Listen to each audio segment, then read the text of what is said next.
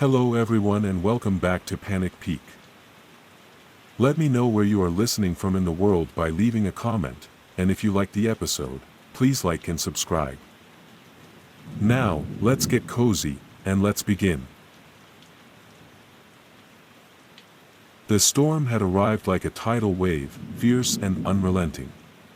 Thunder cracked through the sky with a deafening roar, followed by flashes of lightning that illuminated the world in stark, blinding white. I had been driving along a desolate road when the weather turned violent, the rain battering against my windshield so heavily that I could barely see. My heart raced as the winds howled, trees bending under the force of nature's wrath. There was no sign of any civilization ahead, no buildings or houses to take refuge in. But then, through the sheets of rain, I saw it, an old, decrepit train station in the distance, its shape barely discernible against the storm's fury. I didn't hesitate. I had no other choice. I pulled my car to a stop, slammed the door open, and rushed toward the station, the rain pelting against me like bullets. My clothes clung to my skin, and I was drenched in seconds, but at least here, I was out of the storm. At least here, there was shelter. But as I crossed the threshold of the station, the feeling of being watched washed over me. Something wasn't right. The air was thick, as though the station itself had been waiting for me to arrive.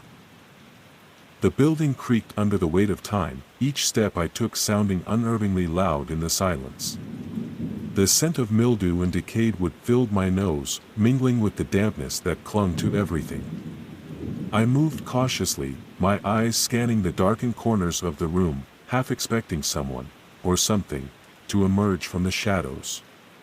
But there was nothing. The station was completely empty, the once bustling hub of travelers now nothing more than an abandoned relic. I approached the front desk, which was cluttered with old, yellowed papers and broken glass, the remnants of a time long past. It was odd, I thought. How long had this place been deserted? There were no signs of any maintenance, no signs of life. The station had clearly been forgotten by the world. My eyes flicked to the far side of the room, where a narrow staircase led to the second floor. I wondered briefly if I should explore the rest of the station, but the thought of the storm raging outside made me hesitate. I needed to rest for a while. As I walked deeper into the station, I spotted a row of old wooden benches, their seats cracked and covered with dust. I sank onto one of them, my body aching with fatigue, and closed my eyes for a moment. It felt strangely peaceful here, perhaps too peaceful for a place so isolated. Then, just as I began to relax, I noticed it. A soft whisper, barely audible over the storm outside. At first, I thought it was just the wind, but then I heard it again, this time clearer. "Help me." I froze. The voice was faint, distant, but unmistakably human. My heart rate spiked, and I scanned the station again, my pulse quickening. But the room was still empty, there was no one here. I stood up, my knees trembling slightly, and stepped toward the source of the whisper. It came from a dark corner near the back wall of the station. I hesitated, torn between curiosity and a creeping sense of dread. What if someone was trapped here? What if someone was still living, hidden in the forgotten parts of the station? But as I neared, the whispering stopped. A thick, suffocating silence enveloped the room once more. I looked around, trying to make sense of what was happening. Was I imagining things? Or had I truly heard someone? Then, as if answering my unspoken question, I saw it. A leather-bound diary, its pages worn and yellowed with age, lay atop a dusty shelf near the back corner of the room. It stood out like a beacon amidst the decay. I reached for it, my fingers brushing against the cracked cover. Something about it felt significant, as if the diary was calling me, beckoning me to open it. I took it into my hands, the weight of the book oddly comforting, and carefully flipped it open. The ink was faded, but still legible. The first entry was dated the night of a storm, the very same storm that raged outside. I thought I could make it through, it read. But the storm is worse than I ever imagined. The train station feels wrong. I hear voices, whispers, but no one is here. The wind screams, but there's something else, something beneath it. I can't leave, not in this weather, but I fear I may never leave at all. A shiver ran down my spine as I read those words. My throat tightened, and I felt a strange unease settle over me. I turned the page, desperate for more insight, my eyes scanning the next entry. I hear it again. The train is coming. But there is no train. There are no tracks. It's only the wind and the whispers. I don't know how much longer I can stay. Something is wrong here, something, waiting. I dropped the book in shock, my heart racing. The storm outside seemed to grow louder, more violent, and the whispers returned, faint at first but soon filling the space with an eerie hum. I didn't want to believe it. It couldn't be real. But the storm outside, the diary in my hands, and the whispers growing stronger all told me the same thing: I was not alone. I took a step back, my breath coming in short, shallow bursts. The air in the station seemed to thicken, as if the building itself were alive, pressing in on me. I wanted to leave, to run out into the storm and never look back, but I felt rooted to the spot, my feet unwilling to move. Then, from somewhere deep within the station, I heard it. The unmistakable sound of metal grinding against metal, like a train's wheels screeching against the rails. It was distant at first, but then it grew louder, closer, until I felt the ground beneath me tremble with the vibrations of the approaching train.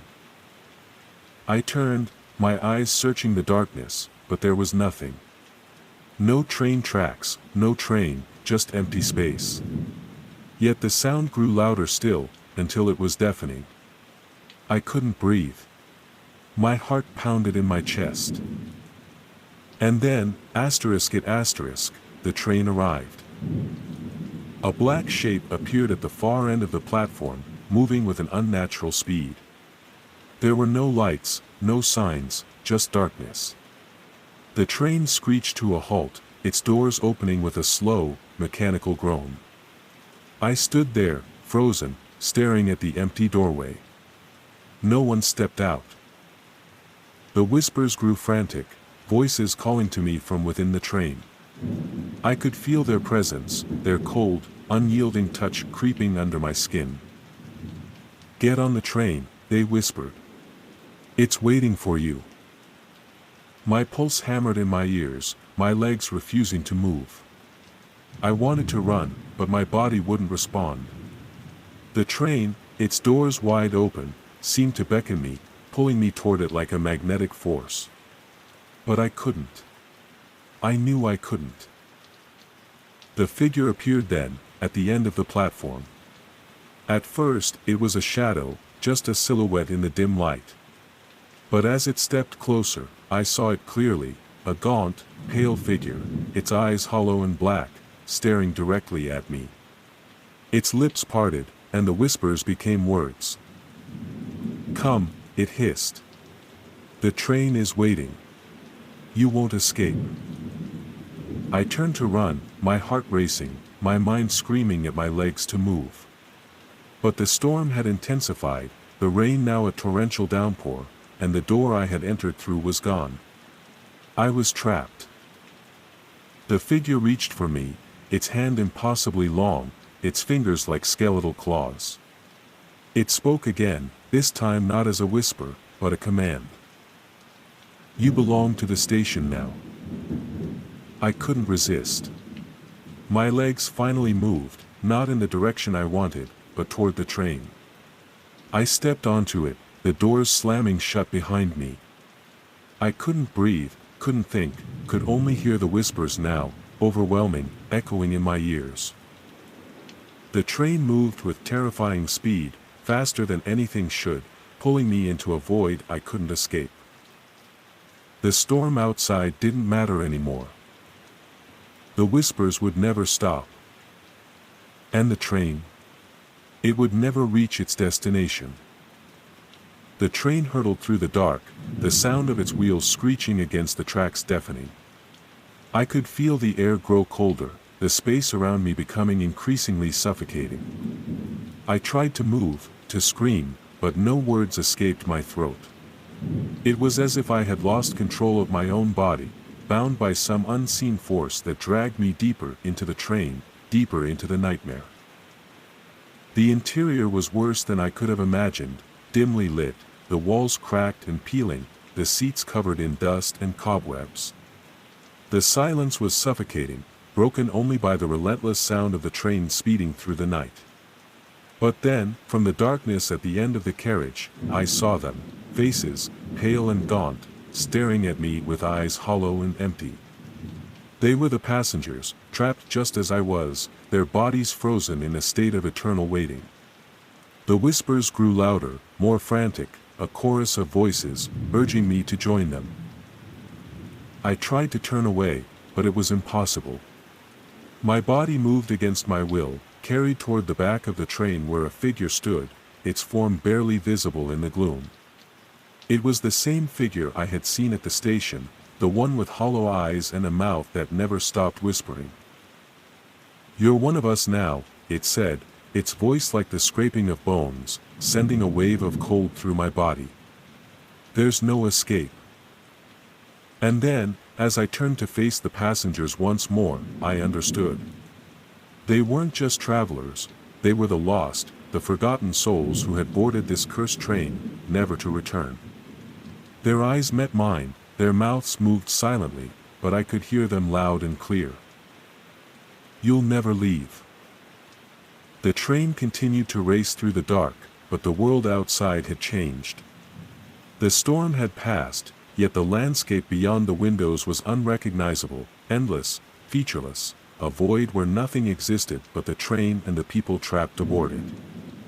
I reached out, my fingers brushing against the cold metal walls, trying to find something, anything that might explain what was happening. But there was no answer. Only the whispers. Only the waiting. The doors of the train remained locked, and the passengers remained frozen, each one a reflection of what I had become. And I knew, deep down, that I was no longer just a victim of the storm. I had become part of the station's curse, part of the endless journey. I would never escape. The train had no destination. It would never stop. And neither would I. I was on my way home when the storm hit. The sky darkened, thick clouds swirling together, blotting out the sun. Within minutes, the rain came down in sheets, drenching me through to the bone. I could barely see a few feet in front of me as the wind howled, tearing through the trees and sending branches flying like angry fists. My car had stalled miles back, the engine sputtering and dying as I tried to push through the storm.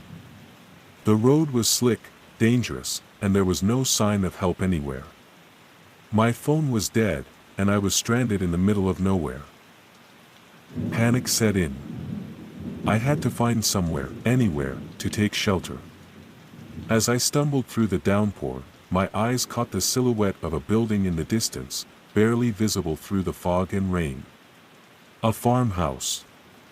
It looked abandoned, run down, but it was something. I couldn't be picky in this weather. I pushed myself forward, my legs heavy with fatigue, the wind slapping at my face as if trying to turn me back. The house loomed larger as I got closer, its shape hunched and crooked, as though time had forgotten it. The field surrounding it was overgrown, weeds and tall grass swallowing the earth, the edges of the farm swallowed up by the trees. There was a fence, half rotten and barely standing, but it led up to the front door, and that was all I cared about now. I reached the door and hesitated. The farmhouse felt wrong. The air was thick, heavy, almost like something was pressing down on it. But the storm was unforgiving, and I was too exhausted to turn back. I pushed open the door, the creak of the hinges far too loud in the deafening storm outside. The smell of mildew and decay hit me like a punch to the gut. The house felt stale, abandoned for years, maybe longer. I stepped inside, the door swinging shut behind me with a hollow thud. The storm raged outside, but in here, the house was eerily still, the air stifling. The floorboards creaked under my weight, groaning like they hadn't supported anyone in a long time.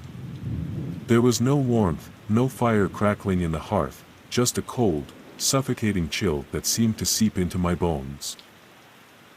I felt uneasy. The kind of unease that prickled at the back of my neck and made my breath catch. But what choice did I have? I was soaked through, shivering. I needed to rest. The house was sparse, nothing but old furniture covered in dust and grime. The walls were lined with dark, heavy wood panels, faded and warped with age. But as I moved deeper into the house, I noticed something strange, symbols carved into the wood. Strange circular patterns, half-moons, jagged lines twisting into one another. They looked like markings, deliberate ones. Too neat to be some random scratches. A chill ran down my spine. Maybe it was just the weather, the isolation, playing tricks on me. I tried to shake it off, telling myself it was just old, worn-out wood. But the symbols lingered in my mind like a whisper, unsettling and impossible to ignore. I moved through the narrow hallway, my footsteps muffled on the dusty floor. The rest of the house was quiet, save for the soft groaning of the old timbers. A kitchen came into view, the counters coated in a layer of grime. The cabinets were empty, and the table was bare. It looked as if the house hadn't seen life in decades, if not longer. Then, I saw it, a ladder. Leaning against the wall, near the back door. My eyes followed the wooden rungs upward. There was a trapdoor in the ceiling. I hadn't noticed it before, hidden by the shadows in the corner. It looked out of place, like it didn't belong. Something inside me warned me not to go up there. But curiosity gnawed at me, and I found myself drawn to it, stepping closer to the ladder. I hesitated for a moment, my heart pounding in my chest. The storm outside howled louder, as if in warning, but I ignored it. I needed to know. I climbed the ladder, the wood creaking under my weight, the trapdoor above me seeming to loom with an unseen presence. My hands shook as I pushed it open, the heavy wood groaning on its hinges. The attic was dark, the air thick with the scent of damp wood and something else. Something foul. I climbed inside, the attic barely big enough for me to stand. The low ceiling pressed in on me, the space cluttered with old boxes and forgotten relics of whoever had lived here. But it was what I found in the far corner that made my stomach turn. A large wooden crate, its edges worn and battered, half buried beneath the dust and debris. I moved toward it, my breath shallow, my heart thumping in my chest. Something about the crate seemed wrong. It didn't belong here, not in this forgotten attic. As I reached for it, the house groaned. The sound was deep, unsettling, a heavy, throaty rumble that made the floor beneath me tremble. I froze, my hand hovering above the crate. My pulse hammered in my ears. Suddenly, the door slammed shut, the sound deafening. My body jerked in surprise, my breath catching in my throat. Panic surged through me. I was trapped. The attic, the house, all of it, it felt like it was closing in on me. And then I heard it. A low, guttural growl. It was faint at first, but it grew louder, closer, a wet, slithering noise, like something monstrous stirring in the dark. I turned, eyes wild, scanning the room. The darkness seemed to shift and move, as though something was hiding just beyond my reach. I backed away from the crate, my hand fumbling for the ladder. My chest tightened, and I gasped for air, feeling like the walls were pressing in around me. The growl echoed again, louder now, and I knew it wasn't just the wind. There was something in the dark. The floor creaked beneath me, and something shifted in the shadows. A shape, monstrous and massive, stirred in the corner of the attic, its presence suffocating the air. I couldn't see it fully, but I felt it, something ancient, something hungry, something that had been waiting for a long time. I turned to flee, but my feet wouldn't move. My body froze, gripped by terror. The growling was closer now, and the darkness seemed to swallow everything around me, pulling me toward it. I heard a whisper, a voice, low and distorted. It spoke in a language I didn't understand, but the tone was unmistakable. It was a voice of hunger. A voice that had been calling out from the shadows, waiting for someone, anyone, to come close enough. I reached for the ladder, but something grabbed my ankle, pulling me back. I screamed, the sound lost in the vast emptiness of the attic. Something was pulling me down into the dark. And then I saw it. The crate opened, and from within, something massive, monstrous, emerged, its eyes glowing like embers, its body writhing in the dark. I tried to scream again, but no sound came. Only the growl, the deafening roar of something ancient and hungry. And then the darkness swallowed me whole. The world seemed to slip away in a suffocating, endless void. The last thing I felt was the weight of something cold, wet, and monstrous wrapping around my legs, dragging me deeper into the shadows. I couldn't move. I couldn't scream. The air turned thick, as though it was pressing against my chest, and I felt like I was drowning in darkness, in something far older and more terrifying than any storm. But just as quickly as the pull began, it stopped. I blinked, disoriented, and gasped for air, my hands trembling. The attic was still. The oppressive growl was gone, replaced by an unsettling silence that seemed to stretch for miles. I was no longer in the attic. I was in the living room. The change was jarring. I blinked again, my eyes wide with confusion.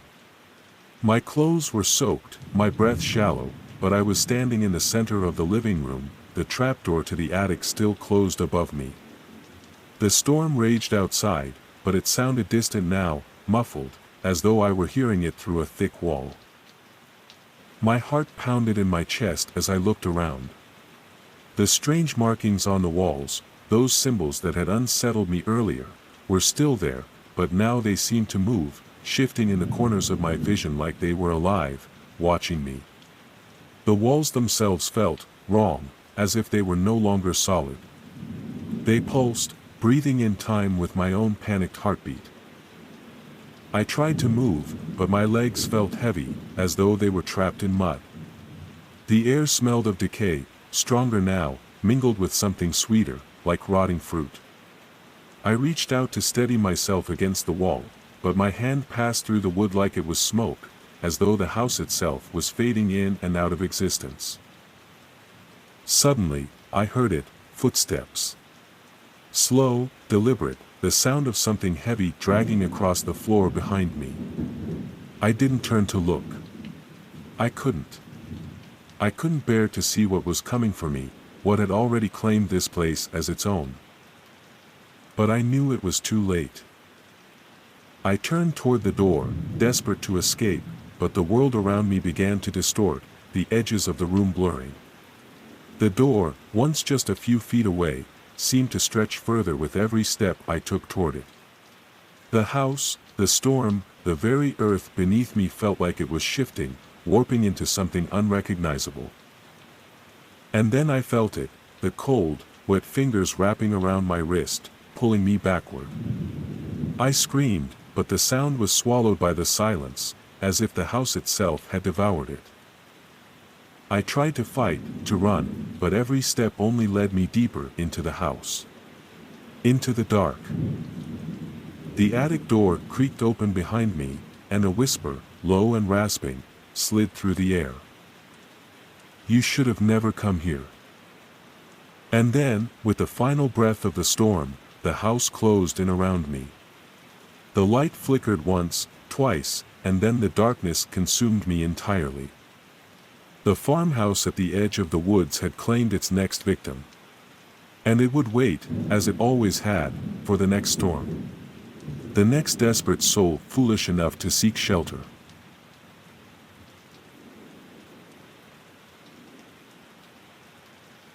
I remember the night the storm found us. We were just passing through, heading to a quiet vacation spot, eager to escape the noise of the city for a few days. The sky had been clear when we left, and the drive was supposed to be the peaceful part, the calm before the excitement of our getaway. But as we drove deeper into the rural roads, the weather began to change.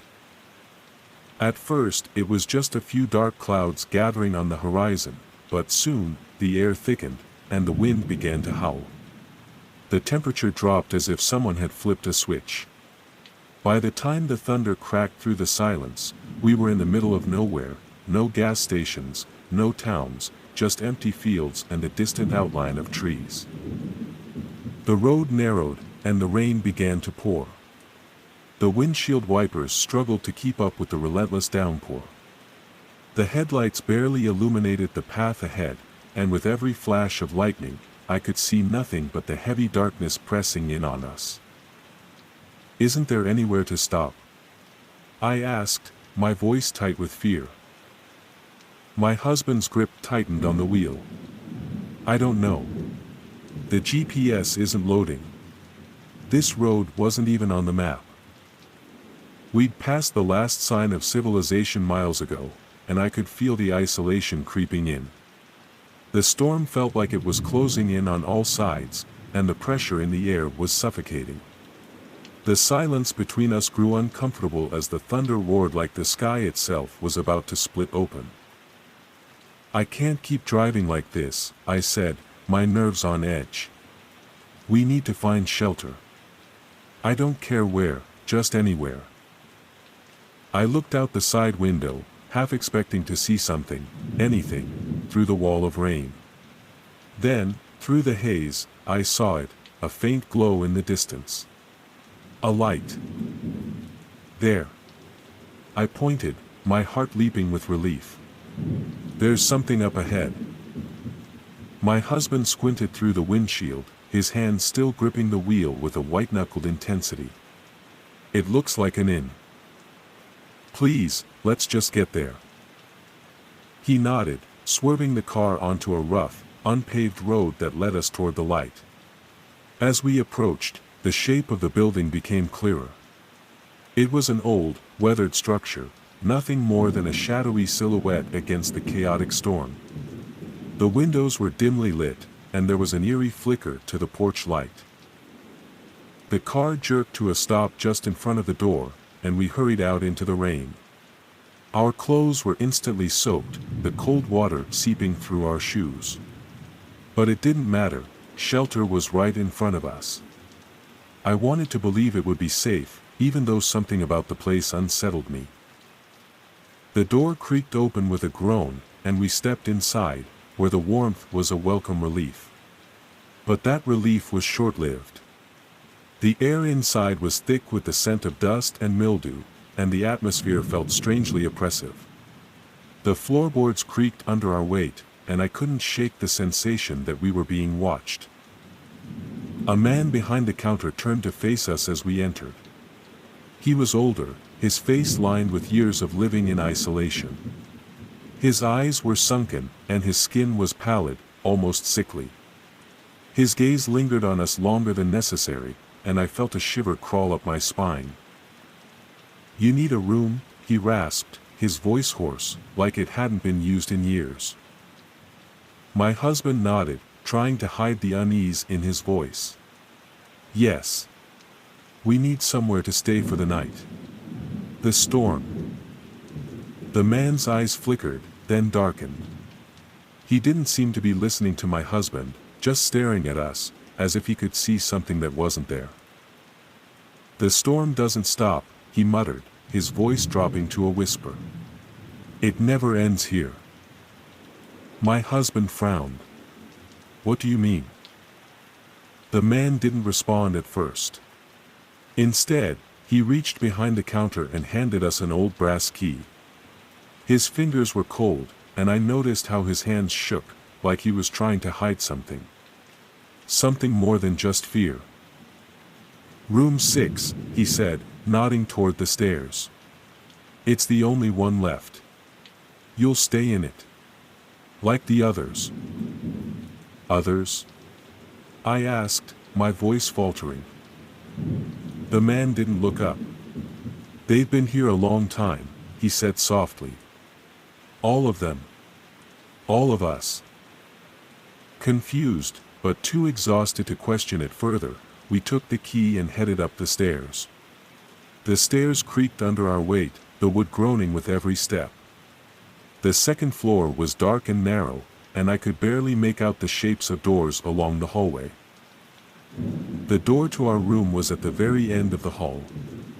I hesitated before turning the knob, a strange feeling pooling in my stomach, but we had no choice. The moment the door opened, I was hit with the smell of old wood and mildew. The room was small, just a single bed, a small dresser, and a window that looked out into the storm. The wallpaper was faded and peeling, and the floor creaked with every movement. "Let's just rest," my husband said, trying to sound optimistic as he collapsed onto the bed. "Tomorrow, we'll figure this out. Maybe the storm will clear." I nodded, though I wasn't sure I believed that. I glanced toward the window, watching as the rain lashed against the glass, and the wind howled like a wild animal outside. But the storm didn't feel like something natural anymore.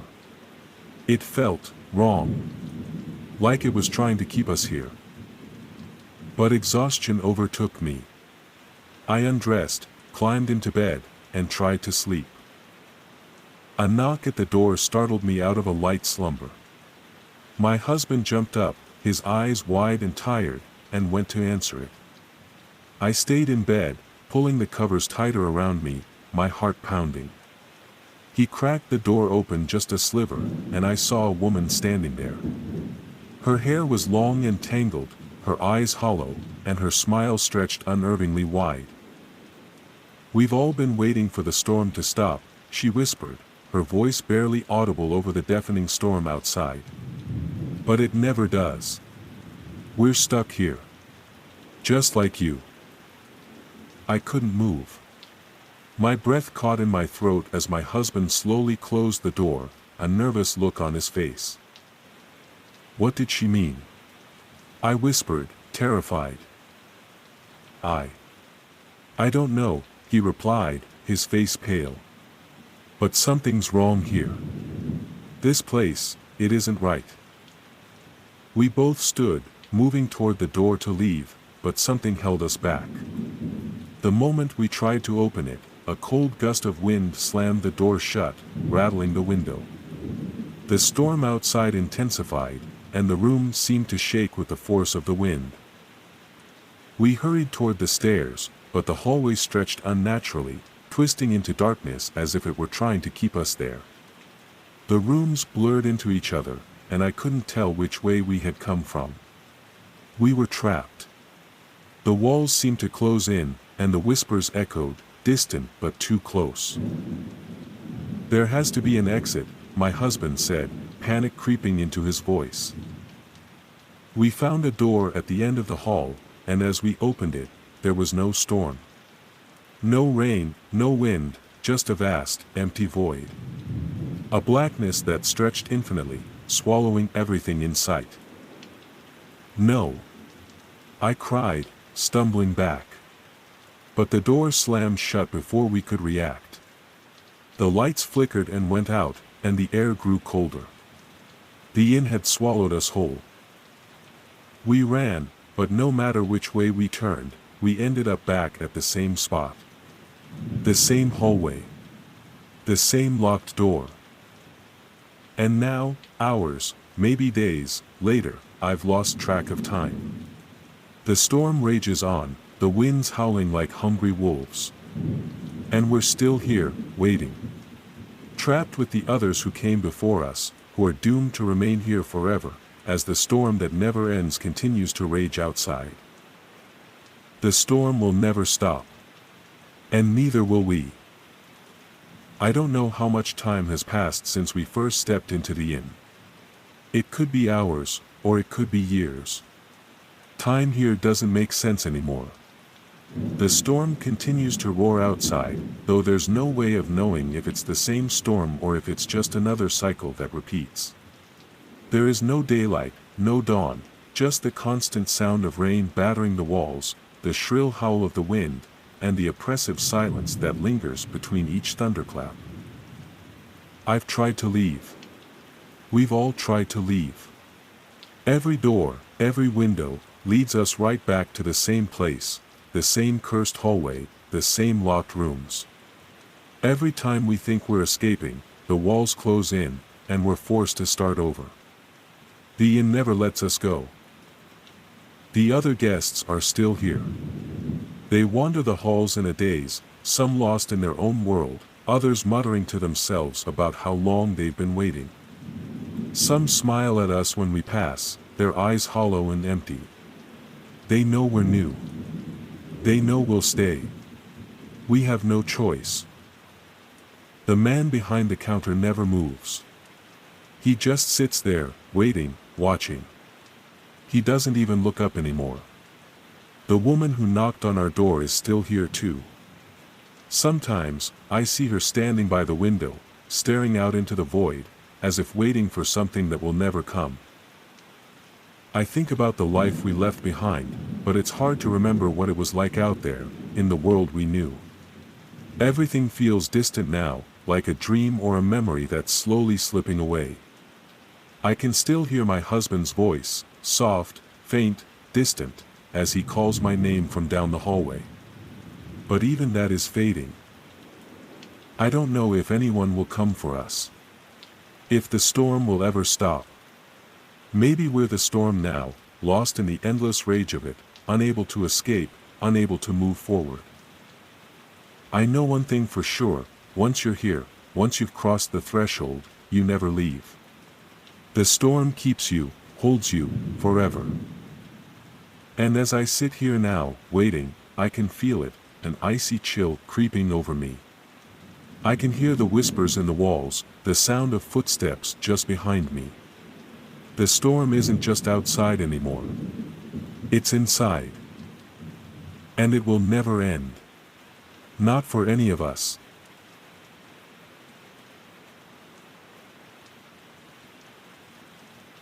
It was a typical evening when I boarded the train, the kind of routine I never thought twice about.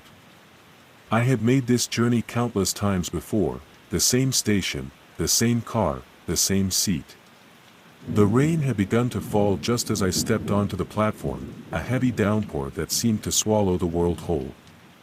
A storm had been brewing all afternoon, and by the time I took my seat by the window, the thunder rumbled ominously overhead, shaking the train as it clattered down the tracks. The only other passenger in the car was an elderly man sitting across from me, his face obscured by the shadows cast by his wide-brimmed hat. He hadn't moved, hadn't said a word, and for some reason, I felt his presence in a way that unsettled me deeply. I could feel his eyes on me, cold and unblinking. But I didn't let it bother me. I was tired, just wanting to get home. I sank into my seat, resting my head against the cool glass of the window, and tried to shut out the world outside. The storm pounded harder against the glass, the wind howling like a lost animal. Each flash of lightning illuminated the dark train car in bursts of blinding light, casting strange shadows that danced along the walls. Yet the man didn't stir, even as the train shuddered in the throes of the storm. I tried to focus on the rhythmic click of the train wheels on the track, the calming sound that usually lulled me into a comfortable stupor. But tonight, that sound seemed too loud, too persistent. I kept finding myself glancing back at the elderly man, his gaze fixed firmly on me. His eyes were wide, almost unnaturally so, and in the dim light, they seemed hollow, black pits in the middle of his otherwise weathered face. I shifted uncomfortably in my seat, unable to shake the feeling that something wasn't right. I didn't know what it was. Maybe it was the storm or the unsettling way the train creaked and groaned as it moved. Or maybe it was him. When I glanced back at him again, I caught his eyes for a fleeting moment. The hairs on my arms stood up. His eyes were locked on mine, and they seemed to gleam in the dark, like something unnatural was behind them. There was no warmth, no life. Just an endless abyss. I quickly looked away, hoping he hadn't noticed the growing unease creeping over me. I fumbled with my phone, attempting to distract myself, but it was as though the atmosphere inside the train had thickened, pressing against my chest, making it hard to breathe. It was too silent. The kind of silence that presses into your mind and fills it with strange, uncomfortable thoughts. I didn't even notice the train slow down until the sudden lurch almost threw me out of my seat. My heart skipped a beat as I grasped the armrest to steady myself. I turned to look at the man, expecting him to be sitting still as ever.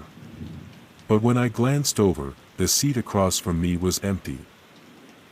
I blinked, confused. My stomach tightened. Had he moved while I wasn't paying attention?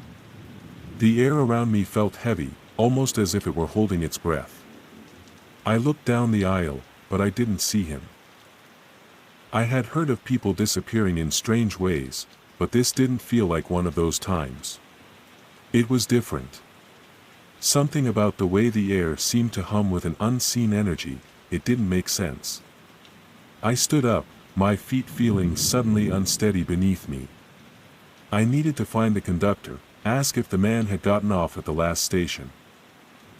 As I moved down the aisle, I noticed something strange, something I had missed before. A door in the back corner of the car, half open, hidden in the shadows. At first, I thought it was just part of the train's storage area. But then I felt it, a prickling sensation running down my spine. The door wasn't supposed to be there. I approached it cautiously, my curiosity overpowering my better judgment. The storm outside seemed to intensify, as if the very weather was conspiring against me. The wind howled louder, rattling the windows. The air inside the train felt colder, even though the heat was cranked up. I reached for the door handle, hesitated, then slowly pulled it open. What I saw inside took my breath away. The compartment was dark, musty, and utterly out of place. The walls were lined with rusted metal and peeling wallpaper, stained with age. Old trunks and suitcases were scattered haphazardly across the floor, their leather cracked and brittle. Dust hung in the air, thick and heavy. But what truly froze me in place were the remnants of people, ghostly traces of long-forgotten passengers. Old newspapers, yellowed with time, lined the walls like they had been stuck there by invisible hands. There were broken glasses, rotting shoes, and small, delicate trinkets left behind as if abandoned in the haste of a sudden departure. In the far corner of the compartment, I noticed something glowing faintly. I squinted, my pulse quickening as I stepped further in. And then I saw them. They were sitting, standing, crouching in the shadows, figures of translucent people, their faces twisted in silent screams, their eyes hollow like the man's. The air around them shimmered, as though they were ghosts of another time, tethered to this forgotten space. Their forms flickered in and out of existence, like they were both here and not here at the same time. One of them, a woman in a torn blue dress, looked straight at me. I froze. Her eyes were wide, unblinking, and her mouth opened in a silent scream. The echo of her fear vibrated through the air, reaching deep into my soul. My breath caught in my throat. I tried to move, to step back, but my legs wouldn't obey. I was rooted to the spot, my body paralyzed by a fear that was beyond reason. Asterisk help us, asterisk, a voice rasped from the shadows. I whipped around, but there was no one there. The room felt impossibly cold now. The sound of the rain against the window, the clattering of the train wheels on the track, it all disappeared. The world around me narrowed until it was just me and the cold, spectral remnants of passengers who had never left. I tried to scream, but no sound came out. Asterisk, you've seen too much, asterisk, another voice echoed, this time from behind me. I spun around, but there was no one there. I turned back toward the compartment, desperate to leave, but the door slammed shut on its own. The lights above flickered, casting shadows that danced and twisted like wraiths. The train jerked to a halt, and I felt the walls closing in, squeezing the air out of my lungs. My heart pounded in my chest. I had to get out. I had to escape. The door opened again. And there he was. The elderly man. His eyes gleamed as they fixed on mine. This time, his face was no longer obscured by the shadows. His features were gaunt, twisted, his skin stretched tight over the bones of a corpse. He smiled, but it wasn't a friendly smile. It was a knowing smile, one that promised nothing but dread. Asterisk, you are one of us now, asterisk, he whispered. The walls of the train creaked as though they were alive, bending around me, pulling me into the darkness. I couldn't move. I couldn't breathe. I was trapped. The last thing I saw before everything went black were the hollow eyes of the ghostly passengers, watching, waiting. And then, nothing. When I opened my eyes again, I wasn't on the train anymore. I was in that compartment, cold, damp, and suffocating. The others were with me. Their eyes followed me, empty and unblinking. And that was when I understood. There was no escape. The train had claimed me, just like it had claimed them. I was a part of it now, a part of its endless, looping journey through time and death. The doors would never open for me again. I don't know how long I've been here. Time doesn't work the same way on this train, this eternal train. The days and nights blur together in a haze of cold, darkness, and suffocating silence. The storm outside never ceases. The rattling of the train wheels never stops. It's as if we're forever trapped in the middle of the storm, hurtling through a world that no longer remembers us. The others, the passengers of the past, are still here with me. We are all bound to this cursed train, drifting between realms, our souls tethered to this ghostly existence. Some of them have begun to fade completely, their forms dissolving into the ether, becoming nothing more than wisps of vapor. Others, like me, remain whole, more or less, but there's no escape from the endless cycle. I've tried to talk to them. Tried to reach out, to ask if anyone knows how to break free. But they only stare at me with those hollow eyes, their lips trembling with words I can never hear. I've even begged the man in the corner, the one who had been there all along, watching me since the very beginning. His eyes gleam with that same knowing expression, and every time I ask him how to get out, he just smiles. And every time, the answer is the same. Asterisk, you belong here now, asterisk. I've learned to accept it, this fate, this endless loop of despair. I've become one of them now, a wandering soul caught in a train that never stops. I can no longer tell the difference between the living and the dead. We are all passengers, just waiting for the next station that will never come. The train keeps moving. We keep moving. And in the distance, the storm still rages.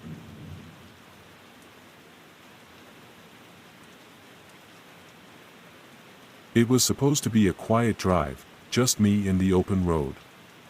I'd been on the highway for hours, trying to clear my head, to get away from the chaos of life. The weather forecast had warned of a storm, but I didn't think much of it. I was used to rain. I'd driven through worse.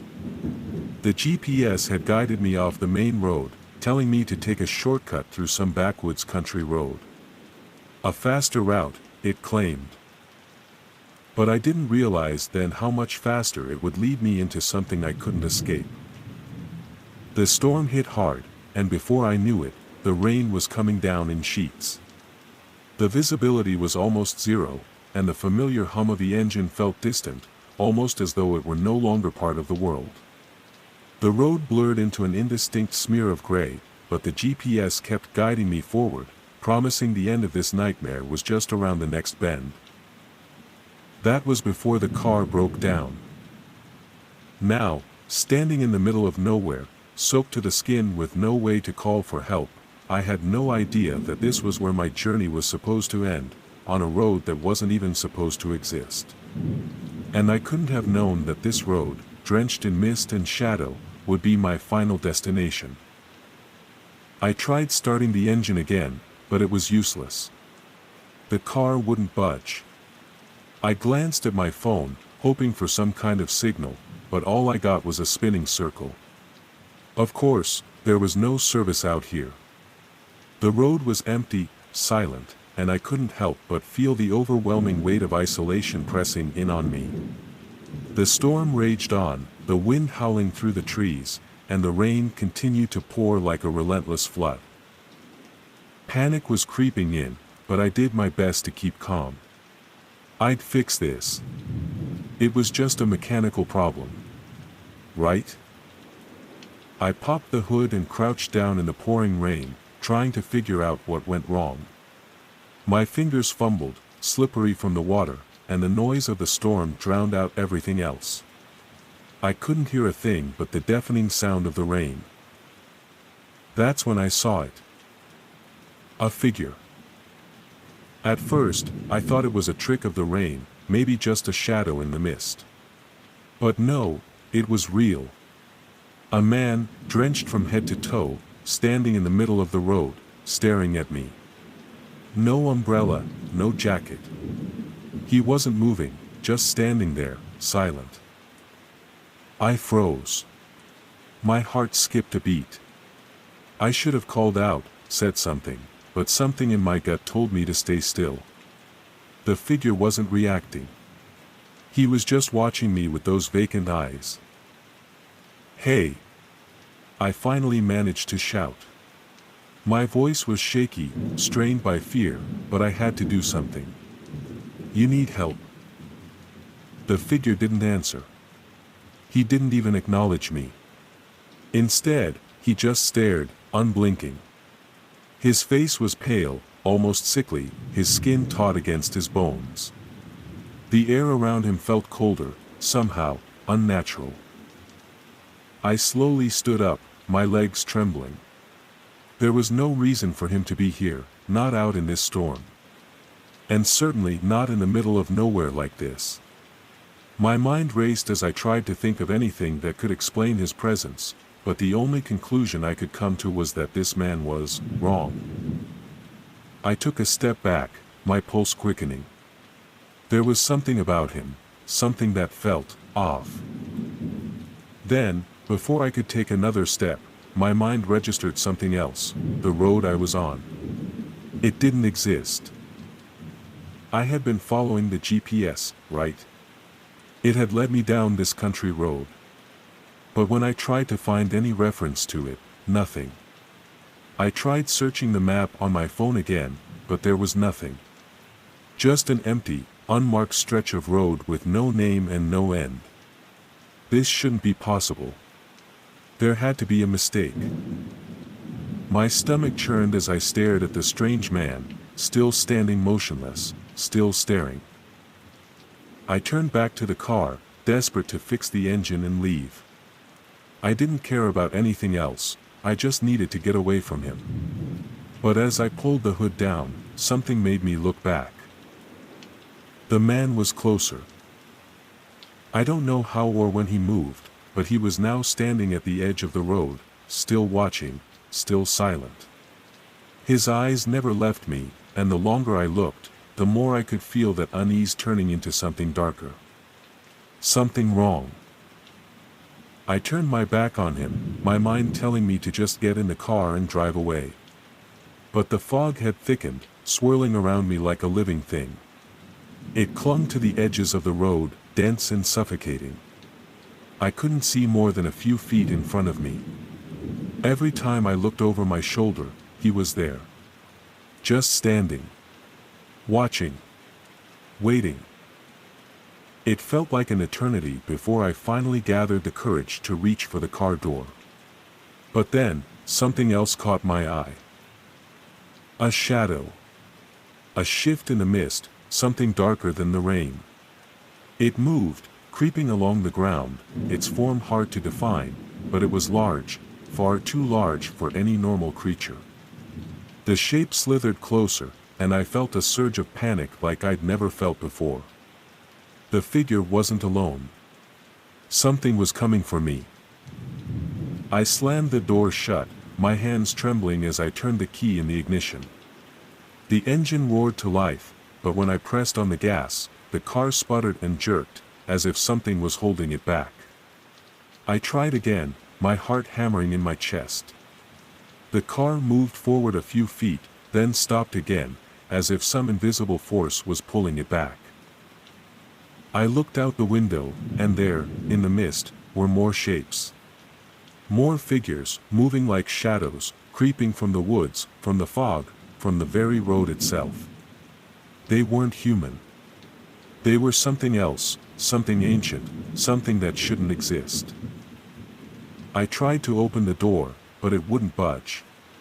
It was as if the car had become part of the road, its doors locked by an unseen hand. The rain was coming down so hard now that it felt like the entire world was closing in on me. I couldn't breathe. And then I heard it. A soft, wet thudding sound, like footsteps, slow, deliberate. Coming from the road behind me.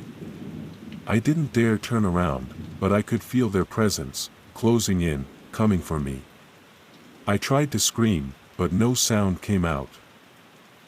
The fog thickened, swallowing the light, and I felt the presence of the man, no longer standing still, but walking toward the car, slowly, deliberately. The others followed, their movements almost synchronized, like some horrific parade. The road was never meant to end. I had driven into something from which there was no return. Something that didn't want me to leave. And as the fog pressed in, as the shadows consumed everything, I realized, with a horrifying certainty, that I wasn't meant to leave. Not now. Not ever. And in that instant, I knew, this was where I would die.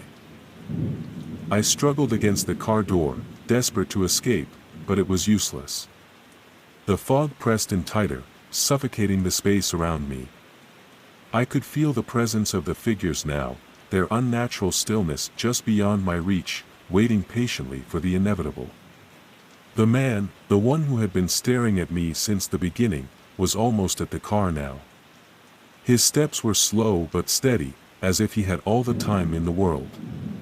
His face remained expressionless, like a hollow mask, but I knew, he knew, what was coming. The others were behind him, drifting closer with every breath I took. My pulse was pounding in my ears, and all I could think about was getting away. But no matter how hard I pressed on the gas, no matter how violently I turned the wheel, the car wouldn't move. It was as if the road itself had become a trap, a snare that wouldn't let go. I twisted the ignition again, but the engine just sputtered, a hollow, defeated sound. The world outside felt distant, unreal. My mind raced, this can't be happening, the fog was thickening by the second, drowning out the faint light from my headlights. There was no escape. I couldn't move. I couldn't run. A sharp rapping on the window made me jump. I turned to look, and my breath caught in my throat. The man was standing right there, his face just inches from mine. His breath fogged up the glass, and his eyes, those endless, empty eyes, never left mine. I could feel the weight of them, like they were pulling something out of me, draining me dry. Then he spoke, his voice a rasp, as though it hadn't been used in years. "You shouldn't have come here." The words didn't make sense at first, and I stared at him in confusion, my chest tightening with every passing second. But as he spoke again, the meaning began to sink in, slow and terrible. "This road, it never ends. And now, neither will you." My blood ran cold. The other figures were closing in now, surrounding the car like a pack of predators. Their faces were obscured by the fog, their shapes growing indistinct, flickering like shadows in a dream. I couldn't see them clearly, but I could feel them, could feel their hunger, their thirst for something, something I couldn't comprehend. Suddenly, there was a loud, shrill screeching sound, metal scraping against metal, as something reached inside the car. I didn't know if it was one of them, or if it was the car itself tearing apart, but whatever it was, I couldn't stay still any longer. I tried to open the door, tried to escape, but the handle was cold and slick under my fingers. It wouldn't open. It was as though the car had become a prison. My breaths came in shallow gasps as I pounded on the window, but the figures were already there, their hands, long, bony, and covered in dark shadows, reaching for me. I pressed my forehead to the glass, feeling the coldness of the world beyond, and for the briefest moment, I thought I saw a glimmer of something, anything familiar. I thought I saw the outline of a familiar road, a way out. But it wasn't real. The car shuddered, and the world outside began to warp, like a bad dream folding in on itself. The figures pressed closer. I could hear their breath, cold and rasping, and then, as I turned to face them, I realized I was no longer in control. The road had swallowed me whole. And then, the world went black. I never made it out. Not in the way I thought. Not in the way I'd hoped. They never let me leave. Somewhere, on that forgotten stretch of road that isn't marked on any map, I remain. Trapped in a fog that never lifts. A shadow that never fades. And the road, it doesn't end.